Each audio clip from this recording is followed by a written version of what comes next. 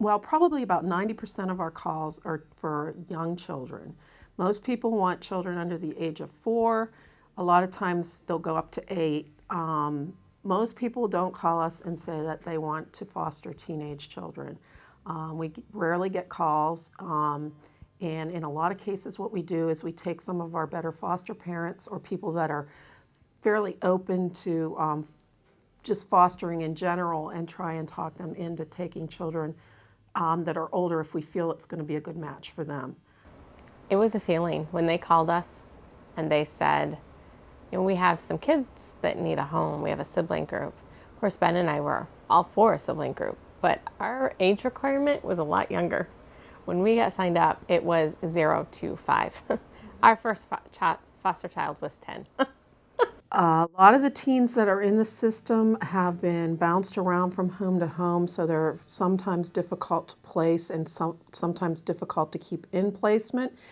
However, we've also had some teens that have come into placement that have been wonderful, and just finding the right match for them is really important. And once you find that right match, they seem to do quite well in foster homes. One thing when we got into this, we decided that we would be open-minded. Everybody's story is different, you know, and I think every opportunity is different, and I believe that things happen for a reason, and I think they were sent to us. I really do. I think that we crossed paths in the right time, and you know, we didn't know what we were getting ourselves into, but it's been great. I mean, you know, we have our ups and downs, but this is family now. This is family. We were supposed to go somewhere else, but then my case manager requested here, and I was like, oh great, just another foster home that I'm not gonna like. So I got here and I saw her and I was like, tiny lady. I was like, but I realized that they're younger, so they were not like, we're adults, you have to do everything we say. Like, they understand our situations. A lot of the kids that are very difficult to place are teens. We probably get, I would say, probably about 50% of our calls are for teen placements.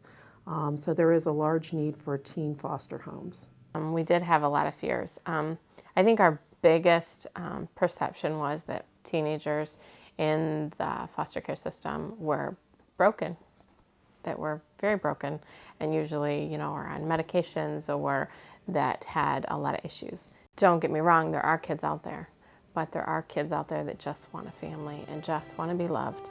And, you know, we're able to do that, and that's what's important.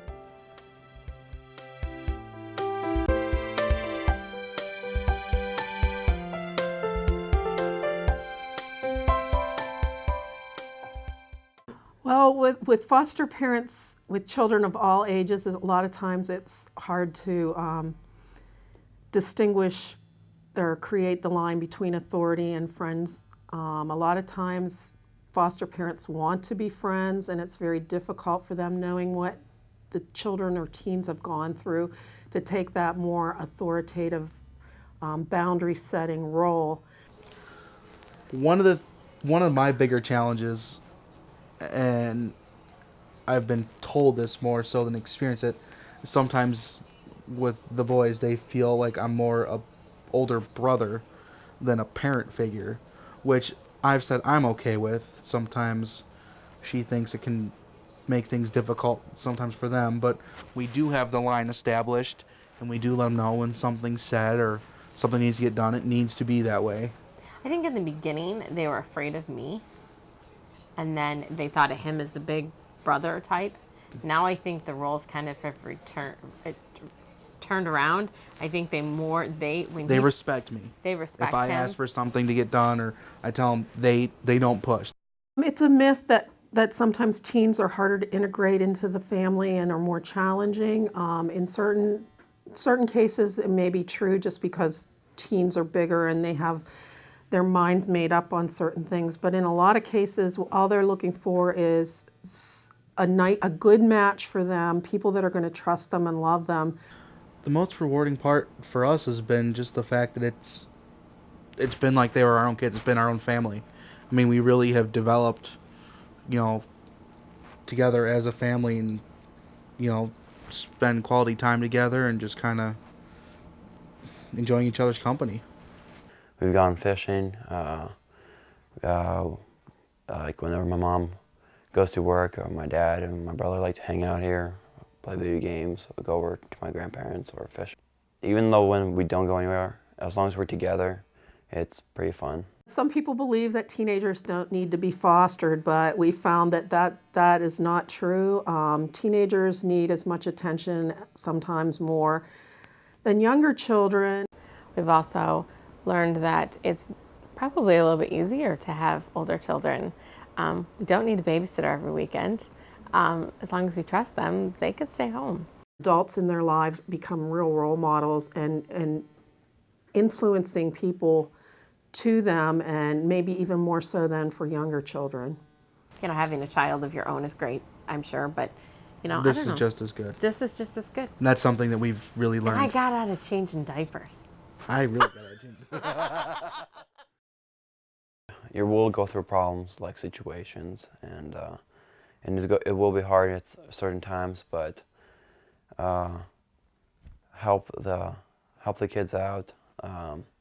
Like if you show them affection, the kids will show it back. Yesterday was senior night at school, and I have to say I was so proud of my husband and myself, and of course my boy, because he wanted us on the field. And I don't know if you know about senior night, but I guess I didn't grow up in a public school. I went to private school, so I didn't kind of know what to expect. But you walk your son out on the field, and they give you a rose, and then the principal and the coach shakes your hand, and it just, you could tell that he was very happy about it, and we were very happy about it. And they announced us as his parents, and that was probably the most rewarding thing ever.